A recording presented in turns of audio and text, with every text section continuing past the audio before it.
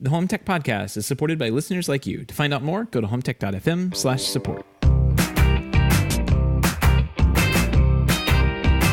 This is the Home Tech Podcast for Friday, August 10th, 2018. From Sarasota, Florida, I am Seth Johnson. And from Denver, Colorado, I'm Jason Griffin. How you doing, Seth? Good, Jason. What's going on? Not much. Just had a little false start there, but I'm excited to be with you. And it's we've got a good show lined up here. Apple hit $1 trillion this week. That's insane. That's news, right? Yeah, I guess. Good for Apple, I guess. I was looking at. Go ahead. I was looking at back when I was like in my last years of high school. After I turned 18, I was like, oh, I can buy stocks, and I went to like this stock guy down the street, and I was like, can I buy some stocks? And he's like, sure. You kind of explained how to do it, and this, that, and the other. I'm like, oh, I got $100. Let's throw it at Cisco. And like I was looking at the time, like Apple stocks would have been like 60 cents or something like that. And had I, thrown, $100 at them, like who knows how much, I haven't done the math or anything. Yeah. It would have been a lot of money. Like I think I did the math. If I had like thrown like $3,000 or $4,000 at it, I would have had over $1 million at this point in time. Well, at least you're not Ronald Wayne. You know that name? No, not familiar. I never knew this. I saw this on the news, CBS Evening News, I think is where I saw it a couple weeks ago. There was a third founder to Apple. There was Woz and Steve Jobs and this guy, Ronald Wayne, who had 10% of the company when they were founded and sold the 10%, let's see here, gave up his 10% of Apple for $2,300 in 1976 because he wanted to go chase his own dreams. And I think that was only like, I think I remember them saying that was only like 10 days after they founded the company. He was like, I changed my mind. That'd be worth about $100 billion or more today. Well, you win some, you lose some. Yeah. I mean, he made out with $23,000. Like $2,300. 23. Oh, okay. Well, that's a little different. Yeah, it's a little different, but that's how the cookie crumbles. Disappointing. But oh well, what are you gonna do? Yeah, indeed. Well, anyways, moving on. We do have a great show. Very excited to get to our interview in this episode. We had Gabriel Halimi, who is the CEO and co-founder of a company called Flow, spelled FLO. And they are a very intelligent, pretty sophisticated water shutoff, water monitoring device that you can put on in your home to not only, these devices have been around for a while that act as reactive devices, but this one is very, very intelligent, does a whole lot of proactive monitoring types of functions that can really prevent those catastrophic leaks from happening in the first place, as opposed to the more reactive nature of traditional devices like this. And that's really just the beginning. I really enjoyed learning more about the device. I've been researching these types of devices for my own home and had a great time chatting with Gabe and learning about what they're doing. Yep, it's a good interview. Jason, what do you say we jump into some home tech headlines? Let's do it. In a move that has shocked the world, Apple has joined the Thread group, marking the company's first move into clothing. No, wait a second. What? That's not right. All right, that's going to be a sound effect. That's great. No, wait. The Thread group is a wireless mesh technology that aims to make it easier for home technology devices to work together. I think it was started kind of like by Nest and then carried over to Google. Apple appeared this week as a member on Thread's website, but the company has not commented on the new membership and of course has not announced any new products that might use the Thread technology. So a lot to do, probably about nothing, but there you are. Apple has joined the Thread group. Yeah, hard to know what to make of that one, both from the Apple perspective and from Thread. You just haven't been hearing a whole lot about Thread. I know it was big news when it came out, and it's still got a lot of potential, but we just haven't heard a ton of development there. So we'll certainly keep an eye on that. Yeah, looking at Thread's website, like you can go to their members and if you look at the member page, like they've got all these, like Crestron has a logo there and Eero has a logo. And then you're like, okay, where's Apple's logo? It's just an apple. And no, it just says Apple in text. That's no logo needed. Right. Yeah. Funny. All right, moving on here. This one I picked just for you. Following the company's IPO last week, Sonos Chief Product Officer Nick Millington sat down with Engadget and happened to mention why the company rolled out the feature AirPlay to the Sonos One, Beam, and Playbase, but left other speakers in the dark. That's AirPlay 2. This has been a battle cry of yours for a very long time, Seth, and I know it was a pain point when they finally released that it didn't have it on the older devices. Millington went on to explain that earlier speakers, such as the Play 1, released in 2013, just aren't powerful enough for AirPlay 2, and instead of focusing on features like AirPlay, the company focused on working toward updates that will allow the speaker to continue to work in the future. I don't know what exactly that means. Goes on to quote, "We decided that AirPlay 2 was a bit too much of a commitment to the remaining resources in RAM," I get it, "and processor inside of the product. Instead, Sonos is saving those computing resources for updates that will let the Play 1 work in multi-room setups with the company's newer speakers. Choosing longevity over a new feature is how the company thinks it can keep customers from having to replace otherwise perfectly good speakers within a few years." You buying it? No. You buying it? No? No, I'm not. Like I'm sorry, I'm not. Like they could have supported AirPlay. I mean, I'm sorry. There were so many speakers that came out in the time that they were AirPlay was in high demand, and their solution was to basically plug a what was the old Apple Airport Express with the audio output on it, and plug that into like an input on another speaker. Yeah. Which they slowly got rid of the inputs on the back of the speakers, and you couldn't even get a speaker anymore. You had to buy one of their Connect devices. So yeah, I'm not buying it. I just don't think they ever wanted to do it, because and I don't know why. Like I set up AirPlay on my system. It's not like the most customer friendly thing to do, because AirPlay 1 didn't support home like multi-room audio. Like it played 2 seconds behind, and you'd have to start it on you'd have to start it on the AirPlay device and then move over to Sonos and kind of pick which rooms you want. It just wasn't a good workflow for the end user at all. So I understand, why they did it. They did not adopt that, but I don't know anything about AirPlay 2, and if it's more, I can understand if a product made 2013 and before aren't able to support something like that. I guess I can understand that, but man, I really wish they had activated AirPlay 1 at some point, even if it was kind of an ugly hack, right? Like I think it would have been better, but sure. Oh well. Sci-fi fans rejoice. You can now talk to your own replica of the iconic HAL 9000 computer from Stanley Kubrick's and Arthur C. Clarke's seminal film 2001, A Space Odyssey. Master Replicas Group has already achieved 358% funding on its Indiegogo project, which includes 2 versions of the iconic device. So this is a Bluetooth HAL 9000. Okay. I'm sorry, Dave. I'm afraid I can't do that. This is wild. Slow news week. Yeah. Well, $500 it says on here. So yeah, $500. You get a nice little desktop HAL 9000 plus the wall version. Oh man, I think this looks pretty good. It's cool. I thought it was funny. I'd buy 358% funding. Clearly, they found a little niche there. So yep. Thought it was funny.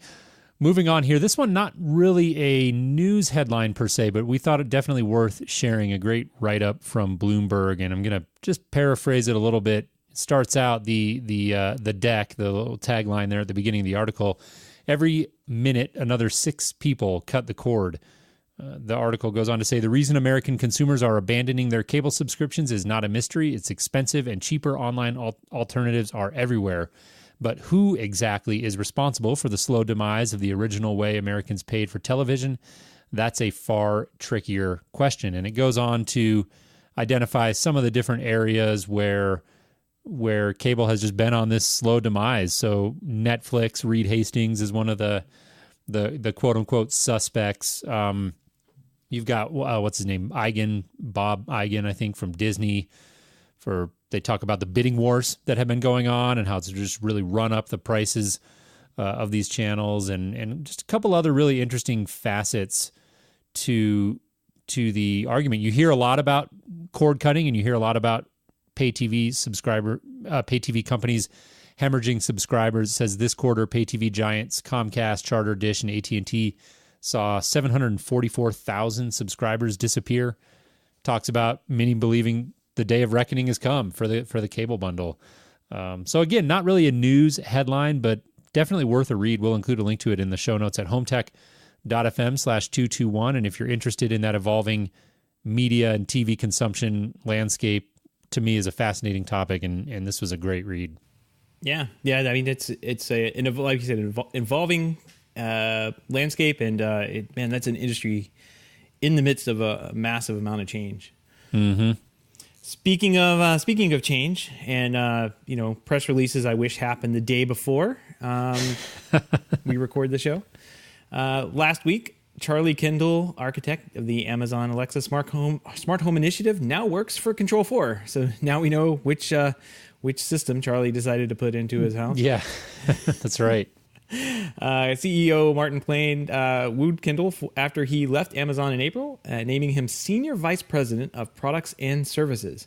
Kindle replaces 6-year Control4 veteran Eric Anderson, who announced earlier in this year that he would be retiring from the company. I've met Eric a couple of times. This is going to be he's a good guy, and this is going to be a good team, I think. Yeah, really, really big story, I think, for the professional home technology channel. I think a big win for Control4, and I really am excited for the company and the dealers and the users to have somebody with that kind of background come in and inject their perspective and experience into that company. And I think conversely, it really you hear a lot of talk these days, and I'm personally am very bullish on the home technology professional market, and I think there's sky's the limit. There's a lot of opportunity for the folks out there doing this as a profession, as long as they're evolving and adapting. But you have a lot of people on the other side of the coin who think that the days are numbered for the professional integrator. And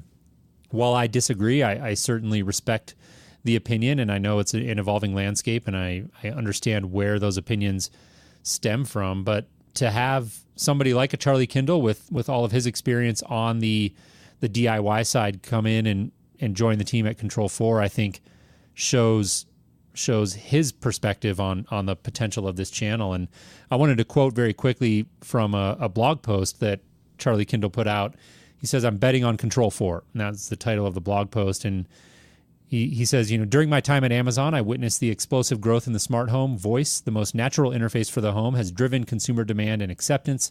The problem is getting all those individual products to work together throughout the entire home is for homeowners, they just don't want to do it. There's too much fragility and complexity for normal folks to deal with it.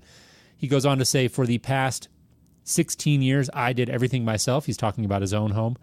Multi-room audio, smart lighting, smart sprinklers, whole home security, and automation. Even for me, it was a second full-time job to make all that really work. I am absolutely convinced that the only way normal people will be able to really enjoy the benefits of a whole home smart home is with professional help. Thought that was a really interesting quote and worth sharing that perspective. Yeah, I think it justifies a lot of what we've talked about over the past 4 years, Jason? It's been a long time. I don't remember how long. Hard to believe. 4 years. Yeah. 221, episode 221. Yeah. Wow. So yeah, I think it justifies a lot of things that we've been saying and repeating, that DIY is great and it's good if you want to have color changing light bulbs, but also there are going to be, and there are these products out there that are that a pro needs to put in and a pro has to put in, and there's people that are willing to pay for that time to happen, and so I think it's great right now. We have an ecosystem that you can go out and literally spend like $30 and get a little one of these devices, things I can't even know the name of it. I'm looking at it over my shoulder. But I can get that, and it pairs with my phone, and I can turn a light on and off and call that home automation. But I can also spend $100,000 on a crazy, home setup with, built-in audio, in-wall speakers and that kind of thing. And, I'm just glad that there's an entire ecosystem out there, and hopefully, it starts working together a little bit more. Hopefully we start seeing that. And I think we are. We're finally getting to where things, when we started this 4 years ago, things seemed off the wall and crazy. We talked about in the upcoming interview, we talked about a little bit about Nest being purchased by Google for $3 billion, and that what was going on in that time period. It was insane. If you go back and listen to some of those episodes. Yeah. So I I think now it doesn't feel like that anymore. It feels like a more mature industry with more mature players, definitely in it, and working on making something, making the whole industry better, rather than building up these walled gardens, so to speak, and doing things that way. So I'm glad to see it. I have one more thing about this Charlie Kindle thing, Jason. I'm going to post over in our Slack channel a nice little image over there. Just go ahead and take a look at it. Right. And I want you to see if you can point out where on that graph you think Charlie Kindle was hired. Wow, that is amazing. So yeah, Control 4 stock went from hovering around the $26 mark. Once Kindle was hired, today, if we look at the close today, it closed at $31.76. Wow. So yeah, and you can see the slight little peak there where a bunch of people decided to cash out their gains, but that's amazing. Yeah, that's quite a jump. Yeah, holy smokes. I don't understand the stock market sometimes, but there you go. So they've got an $828 million market cap. So well on their way to that $1 trillion that Apple. Wait, little work to do to get to trillion, but a little bit of work. Puts things in perspective, huh? Get busy, Charlie. Yeah, no kidding.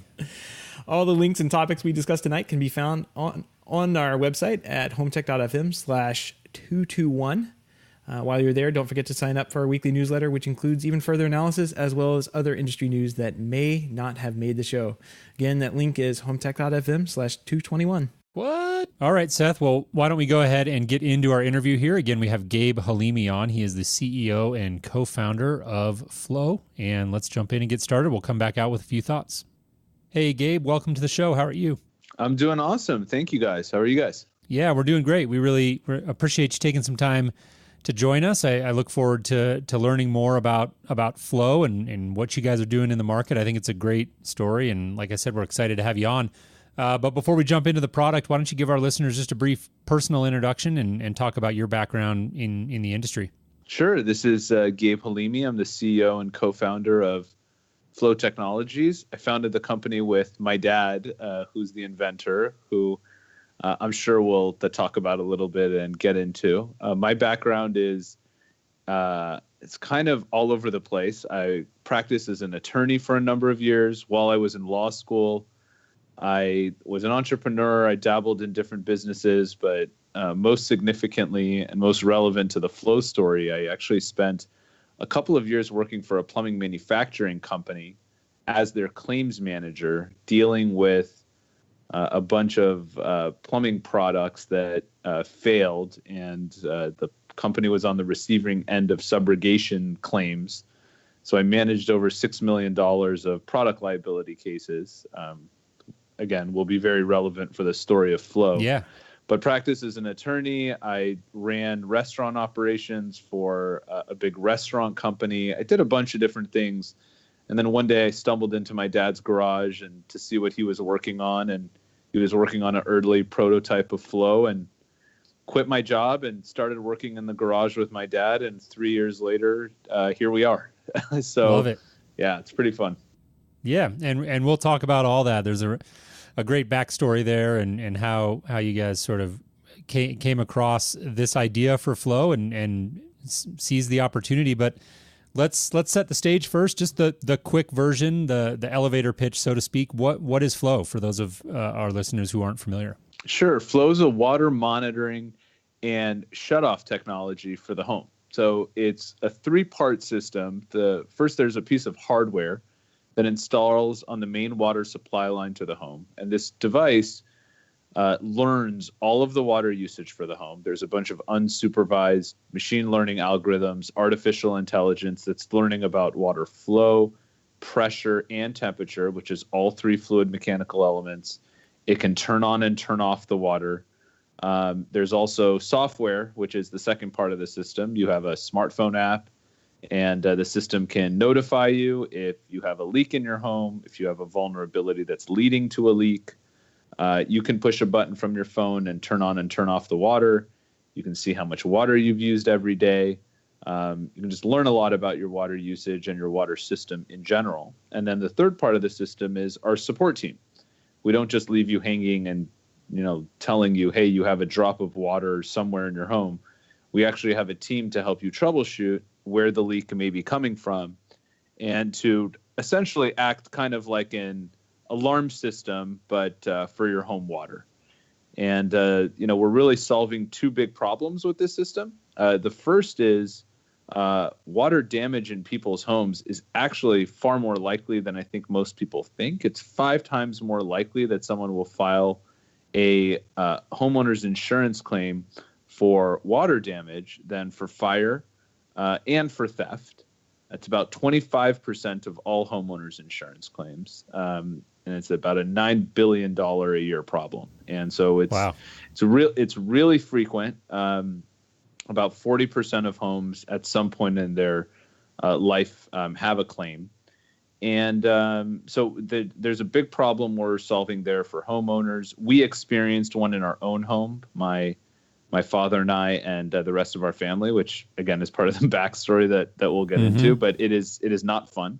And then the other big problem is the problem of just the drought and how important water conservation is. More important in different parts of the country. Certainly, I live in California, so at the time I stumbled into my dad's garage, we were in our 5th straight year of emergency drought conditions. And so having a better handle on our water usage and just preventing waste of water is, I would argue, a good thing up at anywhere in the world. So, yeah, absolutely. That's great. So let's talk about it. Let's dive into that. What is the backstory? We've already heard some bits and pieces. How did you and your father Henry come across this idea? Yeah, so like I was saying before, my dad is the inventor of the technology. I like to call him a mad scientist of plumbing. This guy's been in plumbing for over 30 years. He's a mechanical engineer by trade. He's invented a number of different plumbing products. So his last invention sold over 18 million units. That was a water connector that had an automatic shutoff component on it. He had his own plumbing manufacturing plant for over a decade. And so most relevant to this story, he sold his manufacturing company about 12, 13 years ago to a publicly traded plumbing company.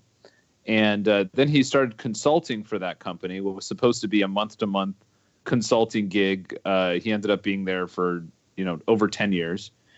And really relevant to this story is he wore 2 different hats while he was consulting for the company. One was the hat of an expert witness when their plumbing products would fail.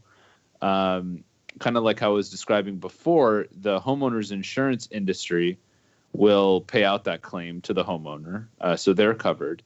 But then the homeowner's insurance company would frequently seek to be, reimbursed for the damages that they paid out and file what's called a subrogation claim against the plumbing manufacturer, alleging product liability or negligence or what have you. And so my dad was on the receiving end of literally thousands of these claims. And so he saw firsthand what a big problem this was. And being the curious guy that he is and always kind of wearing his inventor's hat, started thinking about, this being such a big problem. And so how do we invent a solution? Like, how do we avoid these kind of catastrophic claims from happening in the first place? There's so much that helps us protect our homes. We have alarm systems for, burglaries, and we have smoke detectors and sprinklers and electric circuit breakers and all these different technologies in our home that are meant to keep it safe. Yet the far more frequent occurrence is happening with water damage, and there's really nothing good on the market to protect us from that problem. This was all part of my dad's, the psyche, kind of going back 10 years. So he decided he was going to invent the solution. And he kind of had this firsthand experience of all these claims. So he knew what he was trying to avoid and learned a lot of things about what actually causes these plumbing failures to happen. And so he really invented a solution that is cost effective enough that it could be installed in every home, not just a, kind of like a specialty product, a technology that can actually prevent the water damage, not only because it could just shut off the water in the event that something happens, like a pipe burst, but really it's proactively monitoring the integrity of the plumbing system to identify a vulnerability before it turns into something catastrophic, which is very different.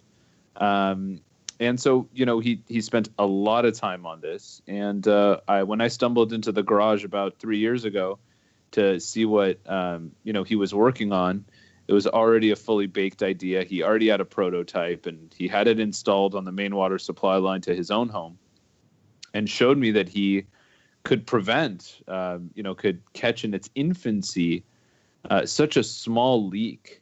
And what he learned in those many years of being an expert witness is that those small leaks, the little drops of water a minute, are the things that really cause those catastrophic water failures to happen. So when I saw that he could catch this little drip on the opposite side of the home just from this one thing he had installed on the hardware in the garage, I was blown away. And though I was really impressed with, my dad's mastery of fluid mechanics and being this mad scientist of plumbing that he is, my mind was running towards, here we are in the middle of kind of a connected home revolution. This is 2015 when Nest had just been sold, I think, to Google, as we know, for like $3 billion. And all of these exciting technologies like Ring and others were coming to the market. And so I saw a really exciting opportunity and something just exciting to be a part of there. But also, just like I explained before, the emergency drought conditions we were in California, I really felt like this was a product that was needed for a number of reasons. And so I was really excited to get behind this, and have been working on this with my dad for 3 years, and it's been incredibly exciting and very rewarding. Very nice, very nice. I'm on the website now, and I'm looking at the system, and it looks like it's a little more compact than I would have thought it was going to be. The Flow device itself. Give us a little idea, like how exactly that works. How is it installed? And then, like, basically, you mentioned a couple of sensors in here to figure out the water pressure. Like how does that work with this device? Yeah. So my dad, I mean, kudos to him. He spent really 10 years. Not just pulling sensors off the shelf from like a Home Depot or something. Like, he reinvented all of the component sensors that go into this. So that's why it took such a long time to develop. And he wanted it to be compact enough that you can literally install it on any water supply line. So the entire device takes up about 6 inches on the water supply line. So it is very compact. And inside this device, you have a flow sensor. So that reads the velocity of water that's going through the pipe. Then you have a pressure sensor, which is really important. It's worth me kind of taking a minute to just kind of focus on pressure. So, flow of water is great. It can tell you when water is actually going through the pipes. The problem is if a pipe bursts, and now the device is telling you, hey, water's been running for too long of a period of time, or at too high of a flow rate. All of these great things that we do, there's nothing really proactive about that, right? Like, the water's already running, it's already ended up on the floor, and maybe has already caused some water damage. The way that we prevent pipe bursts in the first place is really looking at the other component sensors, which are pressure and temperature. Pressure is really important because, very similar to the way blood pressure works in your body, water pressure works in the pipes of your home. So when you go to the doctor, the first thing the doctor will want to do is check your blood pressure. Because if your blood pressure is high, that's a telltale sign that something good is not happening in your body. Your blood, veins and arteries are having to work too hard. They're stressed. Eventually, organs can fail. It's really an aging on your body overall. The same is true for your home water system. If you have too high of water pressure for too long of periods of time, that's putting undue strain on the pipes, the joints, the appliances and fixtures, and eventually something again will burst. It will fail over the long haul. So monitoring pressure in real time is a very important aspect of what we do. I don't have the exact numbers, but I would say, just off the top of my head, at least 20% of the homes that we install on have pressure of higher than 100 psi, which your home water system is not meant to sustain pressure that high. And the other really important part is up a temperature. Depending on the part of the country you're in, this will either be a complete no-brainer, or you'll be really surprised to hear this, but freezing pipes are really a really big part of this massive water damage problem. So when water freezes in the pipes of the home, which could, very well happen in many parts of the country, kind of back east, Midwest, in mountain areas. When the water freezes, the water actually expands, creating a pressure issue, which will cause a pipe to burst. So having a temperature sensor in line to see when the water in the pipes are starting to reach a freezing temperature can really be the difference between, it being a non-event, just getting a little message that says, hey, your water's starting to freeze. You need to open a faucet and, have some water running, or not knowing and just forgetting. And then you have something really catastrophic, but on your hands. So we collect data every second of the day from these three sensors, and we essentially we learn what's normal for that home, for that time of day, that day of the week. The homeowner doesn't need to do anything. The system automatically goes into a learning mode for the first week that it's installed. And it basically sets up different parameters of allowable water usage for different times of day and different days of the week. And when there's a problem, the homeowner is notified. They can be notified. It's kind of up to their preferences, but you can get a push notification, a text message. You can even get a phone call if something really catastrophic is happening. And then just the push of a button, you can turn on and turn off the water. You can get troubleshooting support. And so it's really what homeowners, I think, would expect from kind of the better class of smart home devices, but applied to their water system. You can even see in real time when your water's running and how much water's running, and get all kinds of fun data. So it's pretty cool. Yeah. No, it sounds like these types of, there's nothing new about a shutoff valve, right? That I've seen these for a number of years, these types of systems for a number of years, but this definitely sounds like one of the smarter ones or the smartest one that I've heard of, because of the extra sensors that you guys have put into it. And yeah, temperature is interesting. You brought up freezing pipes. I'm not really worried about freezing pipes. I'm here in Florida. Mm-hmm. But Jason is in Denver, so I'm sure that they have issues from every now and then. Our pipes are run outside of our house on the wall, so just bare PVC pipes. So I don't think we're worried too much about freezing pipes. Yeah, probably not in Florida, but plumbing is really local. It's really regional. Yeah. So, coming up with one device that could work in freezing conditions and could work in warm temperatures, and we've had our hardware tested, every which way for humidity, freezing, desert conditions. It's a pretty durable little guy. But yeah, no, you're right. The water shutoffs have been around for a really long time, but most of those water shutoffs, they're actuated by puck sensors. So right. The most common leak detection technology, I still think today, is people place a bunch of, these sensors, these pucks on the floor of their home, garage, what have you. And so in the event that, in one way, you're lucky enough that if you do have a water failure, it happens to hit one of these pucks, then it will send some kind of a message back to the water shutoff, and then it'll automatically shut off the water. The problem with those are, obviously, first of all, you need to have a lot of those pucks to adequately to protect your home. And then if you do have a pipe burst, there's really no telling whether or not it will actually hit that puck. And then even if it did hit the puck, you still have water all over the floor. So you haven't really, prevented the problem. You definitely limited the severity of the damage, but there's no way with those puck sensors to really impact, whether or not you have something the catastrophic happen in your home at all. And that's really where we're focused. We're really focused on, preventing this damage in the first place. Right. The damage that I've seen here, and I say that about the freezing pipes in Florida, but we definitely have pipes that burst, or toilets that, the linkage on the toilet starts leaking. And but the big ones that I've seen here are these nice condos that people have down on the beaches, where they're paying $2+ million for a condo. And the guy on the 11th floor had a leaky toilet and 2 inches of water in his unit, and it basically, the 11th floor is way up there, and guess what? Water goes down. So every single unit all the way down has water damage.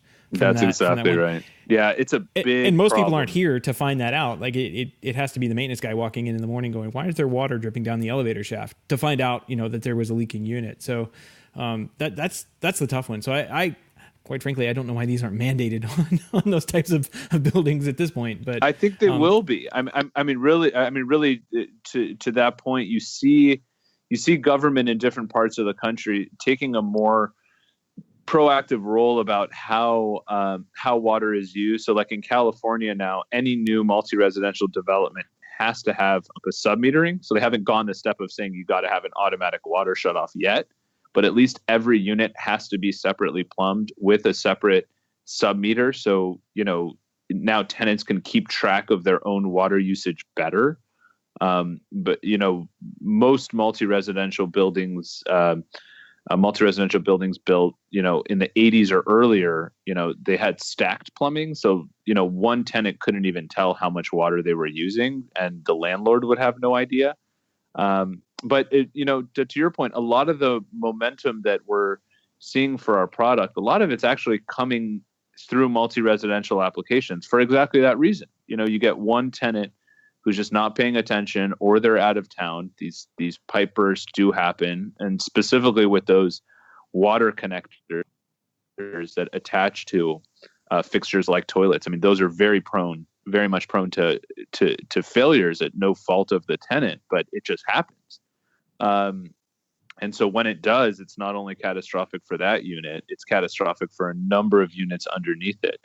So having something like a flow device on each one of those units, so if something catastrophic does happen, it automatically shuts off the water. So it just kind of becomes a non-issue. Then you just, we send a message over to the plumber to just come fix it. And now you don't have that big catastrophic problem anymore. So yeah, we're definitely in talks with many condo associations, big multi-residential landlords to install this on a number of units, because it's a problem for the landlord, it's a problem for the tenants, it's a problem for the insurance company, it's a problem for property management. And now we have the technology that it can be prevented. Yeah, that makes a ton of sense. Zooming back into a more individual level, you alluded to plumbing being very regional, and I have to imagine there are different types of plumbing. I don't know a lot about that. And I want to shift to installation on an individual basis, and that setup and user experience. And that really starts with, I've been looking at these devices myself and just trying to assess, are there certain things I should be looking for on the plumbing of my home to determine whether or not it is compatible, I guess, with flow? How does that work for people? How do you determine that? Yeah. So there are a number of things that you want to check before you order a flow. And if you have any questions, you can always ask our support team. They're really awesome, and they have specialized understanding in different areas of how plumbing works. So they're an excellent resource. But if you go to the website, which is meetflow.com, you'll see that there are about 5 questions.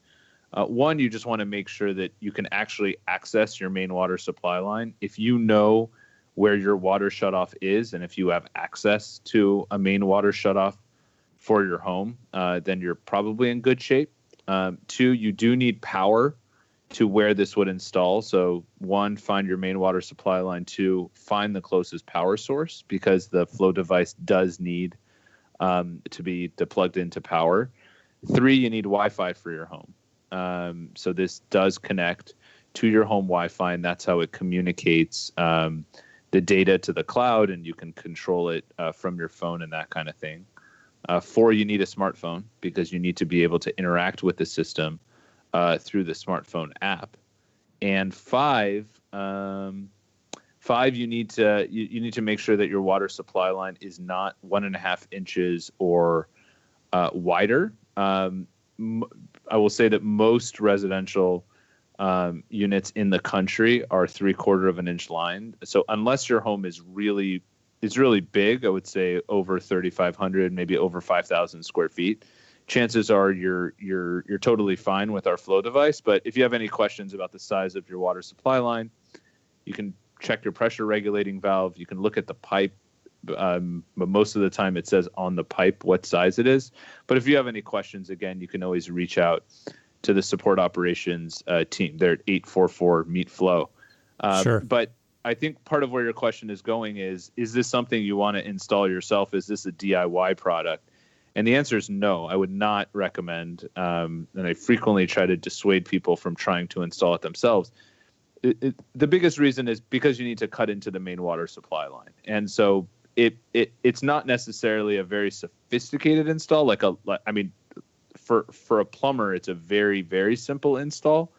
No more complicated than installing, any other kind of water fixture in the home.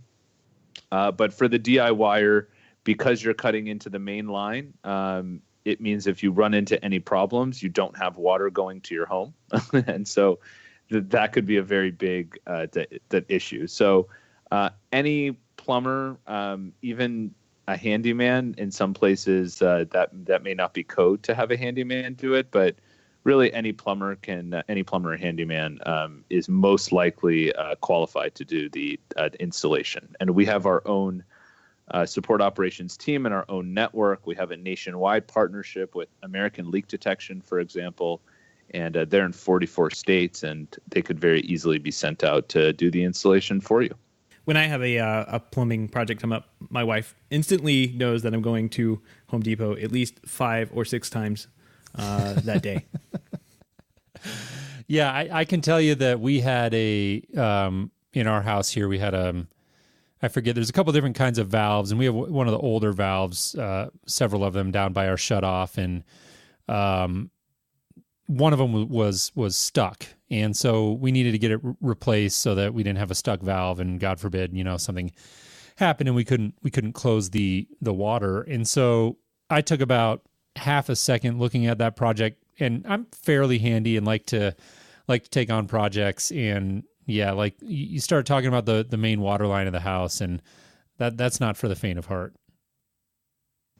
So that makes a lot of sense. I would definitely avoid it. But you make a really good point. A lot of these water shutoffs, if they're not actuated frequently enough, and so this is just a good point for all of your listeners to check. You want to actuate your water shutoff frequently. Don't wait years to turn that off, because what happens is a lot of times, because of the sediments in the water and the chemistry of it, it could cause the shutoffs to rust or just become very difficult to actuate.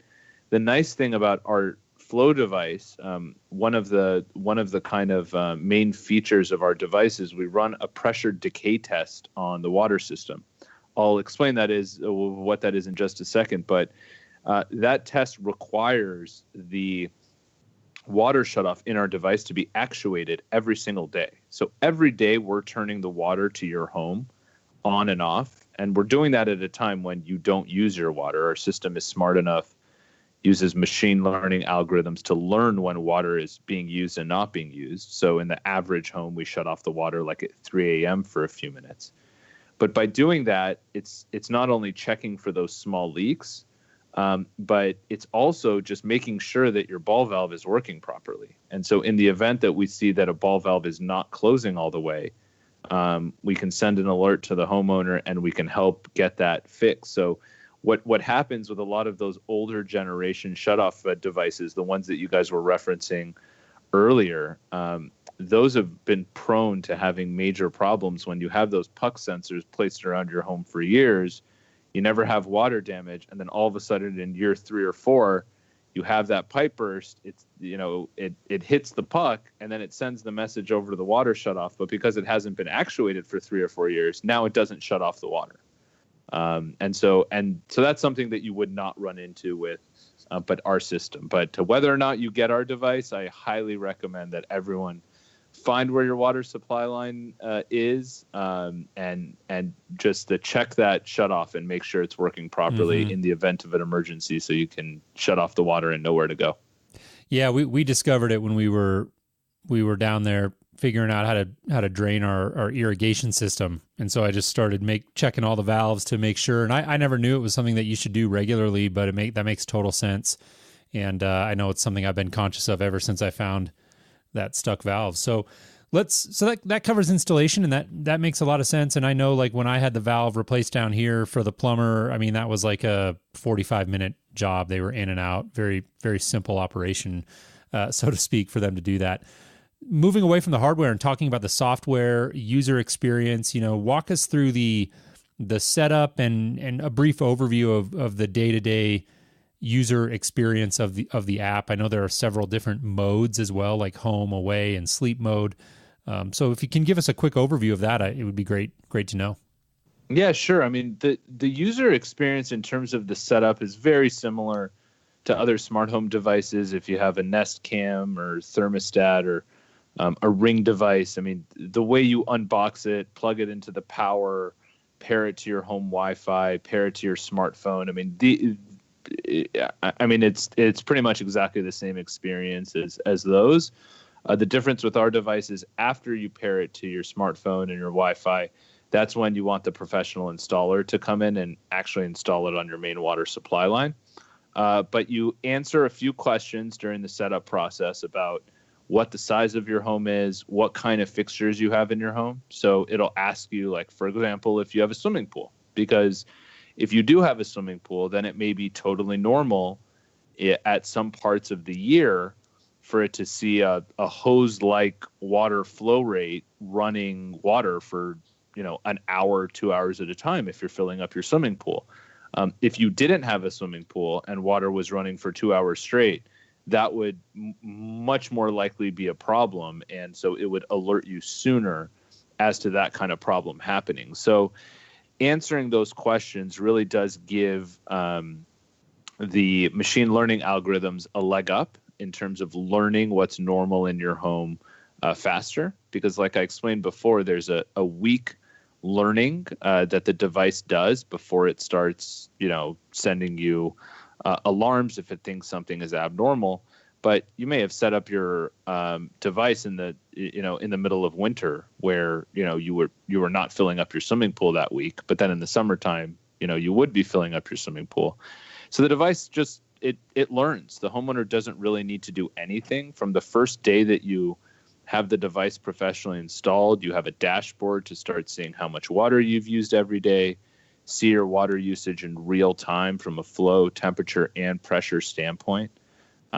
Just a couple months ago, we released a new program called Home Protect, where homeowners, if they so choose, can pay an extra $5 per month. And then what they get, in addition to all of the different security features that I've already mentioned, the automatic water shutoff and seeing your water in real time, you actually get access to our water concierge. So we will, proactively call you and help you fix problems with your water system, kind of acting as more like an alarm service for your home water. You will get a pretty cool dashboard in your app to actually be able to see where your water is going. So with the machine learning algorithms that we're running, we actually learn and can detect fixtures. So we can tell you exactly how many times you flush your toilet, how much water you use in your toilet versus your shower versus your landscaping. So you really get a much more holistic picture of your water usage. But I think the coolest feature of that Home Protect program is that we will actually go so far as to guarantee that your home will not have catastrophic water damage. We really are a first of its kind system. Wow. None of our competitors have been able to do this because they don't act proactively the way that our system does. But essentially, if you use the Flow device as intended and you still have a pipe burst and you still have to file a homeowner's insurance claim, then Flow will cover your out-of-pocket towards your deductible that you had to pay. So, but effectively, you'll never have to pay for catastrophic water damage, again, if you're a Home Protect customer. I will say that, you got to use the device as intended. And I swear to you, this is a true story. I don't think I've ever kind of told this story on a podcast, but the only person I know of that has still had a homeowner's insurance claim while having a Flow device is my uncle, my dad's brother. It's always family. This is literally because he's had some version of the Flow device in his home for 3 years. And I mean, we just launched the product to the market about, 7-8 months ago now. So he had like the first version 3 years ago, and we were trying out a bunch of different things, and the device did not work the way that we wanted to, which is why we didn't release it for another 2 years. but he was so used to the device just maybe misinforming him or having a false positive or something like that. About 2 months ago, he started getting alerts from his, on his phone. Flo was telling him, hey, you have consistent water running for an abnormal period of time. We recommend shutting off your water. He ignored the alert. We alerted him again. He ignored the alert. We called him. Our support team then got involved and called him and said, Albert, you got water running. He's like, no. My wife is probably in the shower, or my daughter. Don't shut off the water. No.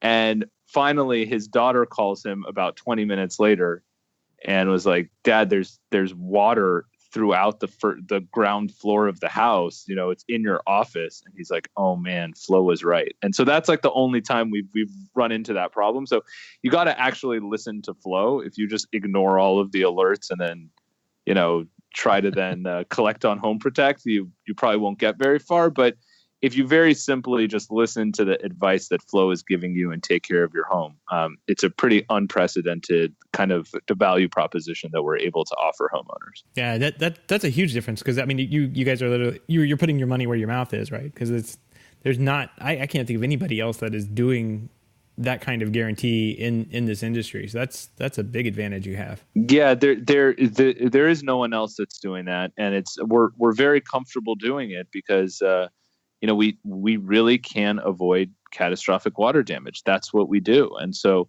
we can't say that there'll be absolutely no damage. Like your pipe could burst, we'll shut it off very quickly, but your rug, may have may have gotten some water, but it's going to be nowhere near any kind of like a catastrophic type situation. And so now that we've released that, I think we've seen a lot of interest in that. The program has worked incredibly well already. Just in the last month or two, already 20% of our user base, over 20% of our user base has signed up for the program, all very happy. And the insurance industry has also, loved seeing that and are now promoting our product to their customers because they're seeing that we're standing shoulder to shoulder with them and both putting our money on the line with our, respective to programs. They have an insurance product and we have our home but guarantee. So I think for homeowners, I mean, it really is a win-win all around. Right. I'm looking at the Home Protect website now, and I see that there's a insurance verification letter, and this is probably something similar to what I'm used to sending out to, or I was used to sending out to my customers who had a monitored alarm system with a fire system installed, where you could get a small discount on your insurance, your homeowner's insurance every year. Is that something this same kind of program? Yeah, that's right. So that's cool. A letter that we provide homeowners to just provide to the homeowner so they can share it with their insurance company that just reaffirms that they do have this program with us and it is valid. There's nothing stopping a homeowner from applying for an insurance discount without getting this letter. But having this letter will usually help secure an even higher discount. Again, it always depends on the insurance company. Different insurance companies, they have to file state by state for different discounts. So but unfortunately, there's no guarantee that you will get a discount. It really depends on your insurance carrier and the state in which you live. Right. But that letter has been pretty helpful in helping homeowners secure the highest level of a discount possible from the carriers that we've worked with. Excellent. Yeah. So this looks like the Home Protect looks like it's $5 a month or $60 a year. What I don't think we've touched on this, but what does the cost? What does a flow system cost you? I guess we should say minus the professional install. Yeah, so the retail price of the device is $499. You can get it on our website. If you refer a device to other people, or if people refer the device to you, you can certainly get it for less. There is a referral program on the website. And there are a number of plumbers in different parts of the country that are also resellers of our technology. So you may be able to find it for less by speaking to your local plumber. Very cool. Well, Gabe, we're up against our time here. We really, again, appreciate you taking the time to join us on the show and talk about Flow. We are big fans here of uses of home technology that expand outside of the quote unquote traditional sort of fun or entertaining devices, and things that can actually really help people prevent damage in their home or things of that nature, just like Flow. They're always really interesting topics. So thanks for coming on. If our listeners are interested in learning any more about the device or perhaps connecting with you, what would be the best way for them to do that? Yeah, check out our website. Go to meetflow.flo, so meetflo.com, and you can email me at g@meetflow.com, and would be happy to chat with anyone directly. Great. Well, Gabe, thanks again. We look forward to hearing from you in the future. Keep us posted. Awesome, guys. Thanks a lot. Have a great day. All right. Thanks, Gabe. All right, so that does it for our interview with Gabe, and like I said, I really enjoyed it. I think that it's the water protection in general is surprising to me how common those issues are relative to other things like fire and burglary, and yet many of us, myself included, don't really have anything in place, certainly not anything sophisticated in place to proactively monitor and protect myself from that. So I know based on that interview that I'll be giving Flow a hard look and look forward to seeing what they can do. Yeah, I think I'm going to take a look at it as well. It's a pretty compelling product, and with the insurance, I mean, that they kind of offer, that $60 a year, that doesn't sound like anything to me. Like that, I would do that in a heartbeat. I mean, we kind of joked in the interview that my pipes kind of run on the outside of my house. Well, they do, but that's because this house had to be repiped, and the pipes go from like the attic, they go through the attic and then down through. So if I ever have a pipe bust inside the attic, like that's going to completely ruin ceilings and everything. So, I mean, this is really sounds like a cool product. I'm definitely going to take a look at it and see what I can do. Yeah, definitely. Pretty neat. So don't forget, you can join us in our chat room live every Wednesday. We typically start around 7 or 7:30 p.m. Eastern, and you can find out more about joining us for a live episode at HomeTech.fm/live. Pick of the week. Got a pretty cool HomeKit pick of the week this week. This is an app, of course, and I ran across this today from an announcement on Reddit that these guys came out with. But what I think that's really neat about this thing, this is your standard HomeKit app. First off, the design of it is really nice. It's very minimal. Jason, you can probably see a picture there on the website. Yeah. This is right up my alley. I've seen a number of these HomeKit, replacement apps, and the Home app is okay. Like, they have these god awful backgrounds, which thank God they're going away. Like they're like, yeah, they're pretty bad. They're horrible. But what's nice is that they're going away. So they're in the new beta for the Home app, the awful red flower background is gone, and it's been replaced with a nice little gradient that looks really good if you put it behind your background. So really happy to see those go. But I am a big fan of like text-based, like I know exactly where I want to go, boom, hit the button, interfaces. Like I don't need flair for flair's sake, and I think the Home app has a little bit of that. Doesn't have a lot, but definitely some of the other HomeKit apps do. And this one is as basic as it gets. It's like a list with some nice, decent primary colors. Not primary colors, but colors on the side.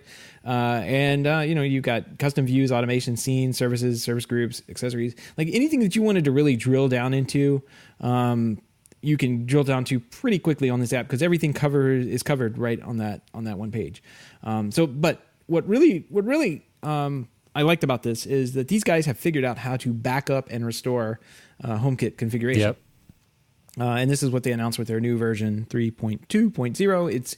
It's only on their there's a free version of this which you can download for free and just kind of run, but the pro version offers the backup and some other stuff that you can do, like custom views and that kind of thing in it, which are great. But this will back up your rooms, your zones, accessories, mappings, service groups, scenes, automation, and custom views.